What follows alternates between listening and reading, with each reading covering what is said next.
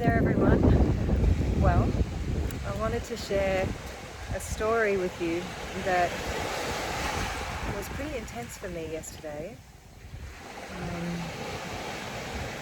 I learned a lot about many things, and I received an initiation to this island that I'll never forget. So I'm here on a very sacred island called Nusa Penida. I'm just going to give you a little quick show around. I have a beautiful little jogolo on the beach. The energy of the ocean here is very, very calm. That is Apu Agung in the background, Mount Agung, and the clouds are covering him a bit now, but literally you can be in full communion with him here.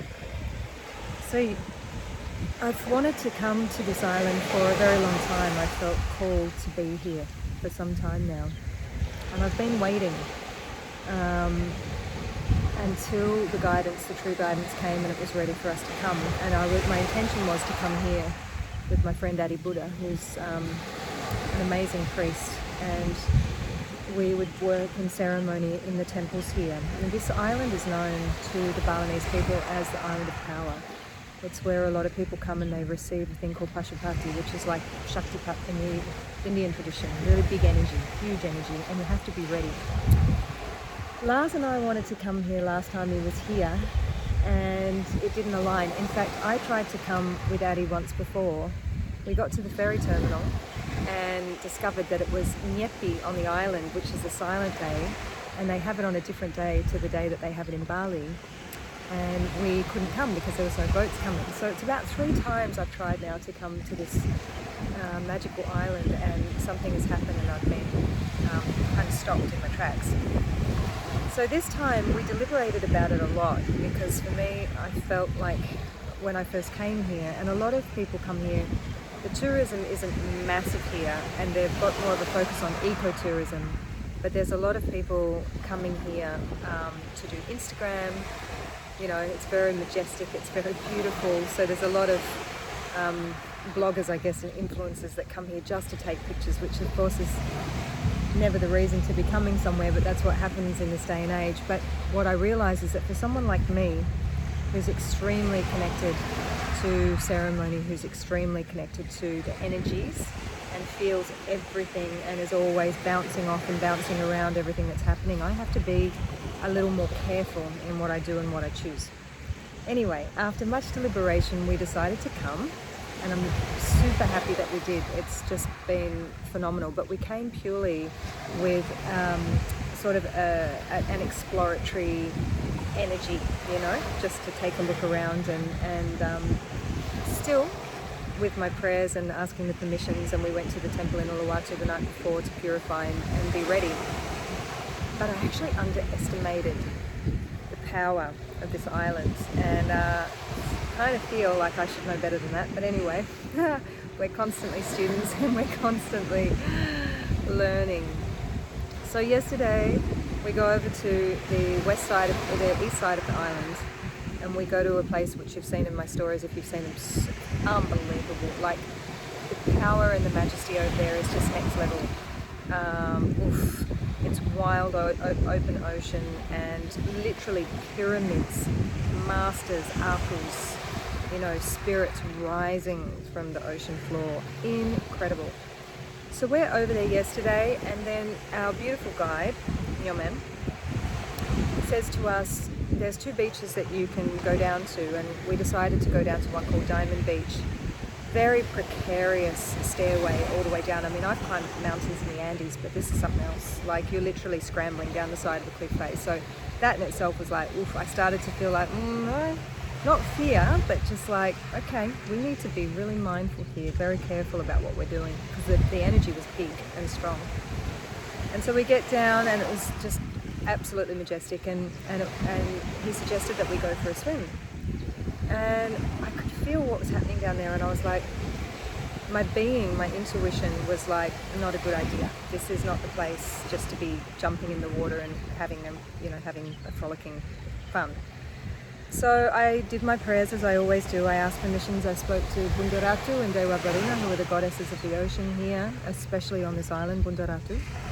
and I got a yes to go in, but I just went in up to my knees. And then something took over in the moment, the heat of the day and the beauty of the ocean, and I went in further. And then all of a sudden I couldn't touch the bottom, which was no problem. I'm a strong swimmer, so I'm in the ocean, and it was incredible, and there was big waves rolling in. And then all of a sudden Lars looks to me and he's like, we need to go back in, we're in a rip and we're too far out. And I looked in and we had been sucked out from the shore so far, and I tried to start swimming and I couldn't move. I wasn't going anywhere. I was just being pulled further out. And Lars is a stronger swimmer than me, so he was able, obviously he's like 6'5" and huge, so he got a little bit further in than me. But I started to panic. Now I've grown up on the ocean and I know not to swim against rips, but everything in your being tells you otherwise when you're in that situation. Because for me, I was like, if I get pulled out any further, I have not got the energy to get back in. I was already, my heart was thumping out of my chest because I was swimming so hard, and I was starting to lose my energy. And I'm calling out like to Lars to help me, and he was trying, but of course he was needing to try and swim, so he was amazing because he was coaching me through it, and he was like, just, you know, and he had kind of a smile on his face. He's like, it's okay, just keep going this way. And anyway, it was absolutely terrifying, and the struggle that came up within me against this ocean to try and save myself was just unbelievable. It was such a metaphor, as everything is. It was such a metaphor for the struggle of life, you know. And no matter how hard I struggled, in fact, the more I struggled, the worse it was getting. And then I started to feel like I didn't have any fight left in me, and that I was going to just give up and go under, and that was going to be the end. And Mum, if you're watching this, don't panic, I'm okay.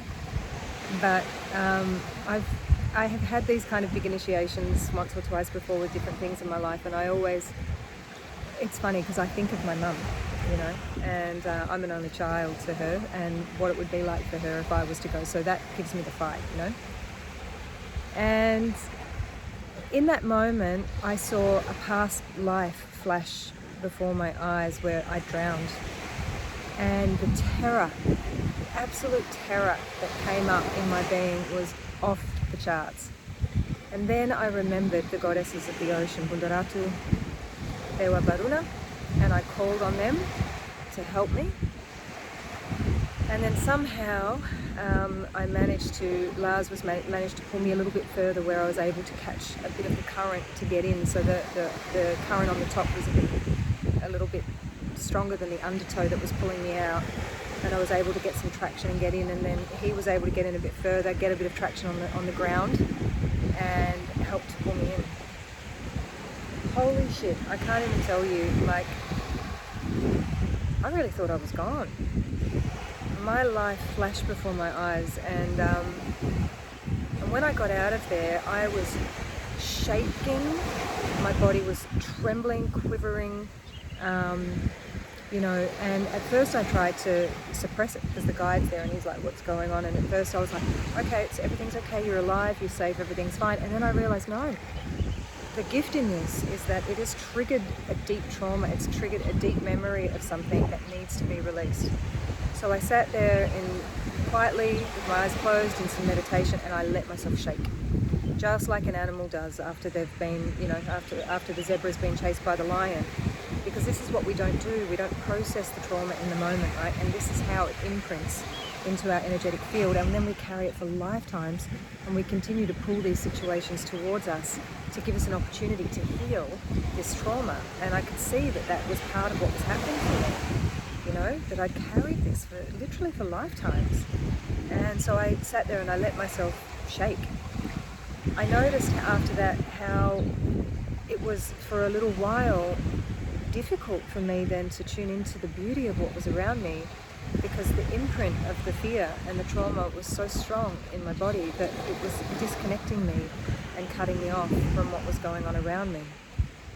So I sat with that, and I was very present with what was arising, feeling very somber and very solemn, saying my apologies deeply to the masters there, the ancestors there, that I didn't listen, that I perhaps disrespected, and I should know better because this is what I do, you know. And this is a lesson for everyone actually, is to really respect these energies, because it's not just the forces of physical 3D nature that we think. There are so many spirits and beings, especially in a place like this, where, you know, this energy of this island is very, very big.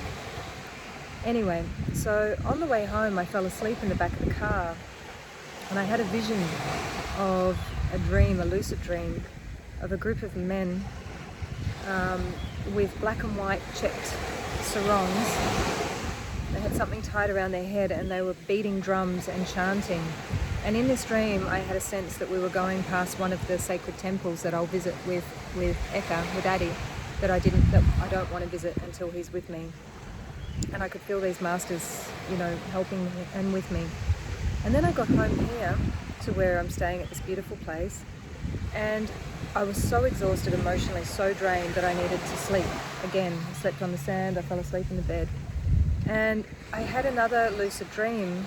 I went and bought chanang on the way home, offerings, many of them, and lots of incense. And when I regained my energy at sunset, I wanted to make the offerings to Bundaratu, to Dewa Varuna, and to Ratu Gede, which is another deity, a healer, ancestor that resides here on this island. Sorry, the ocean waves are getting loud. And I came out of that sleep with a vision of a dog that came to eat the offerings that I had laid out. And in that moment of waking, I also realized that I needed to move the energy around this trauma quickly, because I could feel it imprinting into my field and becoming a story, right? So I'd made that decision, and I woke up, and straight into the house and into the room comes a dog that has a wound on its paw that is right through to the bone. Right through to the bone. Oh, looked like a chicken leg. It was just awful. But the wound was completely clean. It wasn't a new wound, it was an old wound. It wasn't healing, it wasn't knitting together, but it was completely clean. And he wasn't really bothered by the wound. At first I was like, oh my God, we need to help this dog. And then I realized he'd occasionally lick it and clean it, but he wasn't bothered by it. And he taught me something in that moment, that he's carrying that wound. And by constantly licking it, by constantly playing with it, by aggravating it, it's not healing. But he also showed me that the wound, even though I'm sure it was very painful for him, didn't take away from his joy. He's one of the most joyful dogs I've ever come across. His joy and his happiness. And so even though he was full of fleas and, you know, skinny as and everything, we ordered some chicken satay in for him. We fed him, we let him sleep inside in the air conditioning as long as he wanted. We gave him water and just loved him and let him be there. And then I came down to the ocean to make my offerings at the sunset. And as I was making the offerings, I started intuitively calling, and I called 3 times to Ratu Gede, the healer. And I asked for my healing, and I asked to receive the power of healing so that I can help to heal others, that I can help to heal this dog. The next thing, there's the dog. He came out and he walked straight down to me, and he started nuzzling into me with so much love. And he was just, oh my gosh, it was just profound, the love and the healing that was coming from this being. And in that moment I was like, this is no ordinary dog, this is an ancestor, this is the essence, the energy of Ratu Gede here in this dog, and here I am receiving it. And you know, these beings, they turn up so humbly in these forms to test us and to see whether we will offer what we have to another living being that needs help. And I did, and in return he gave me so much. So what a profound initiation onto this island. Anyway, I'm at 15 minutes, so I have to go. But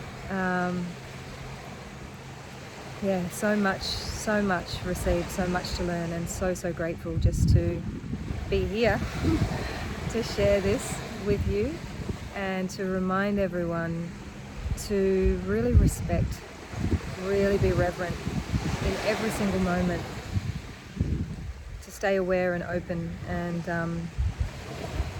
it's just incredible how when you do that, the magic, everything unfolds, and it was all perfect, like exactly what needed to happen was what needed to happen, and I received all that I needed. Thank you for listening. All my love, beautiful family. Bye for now.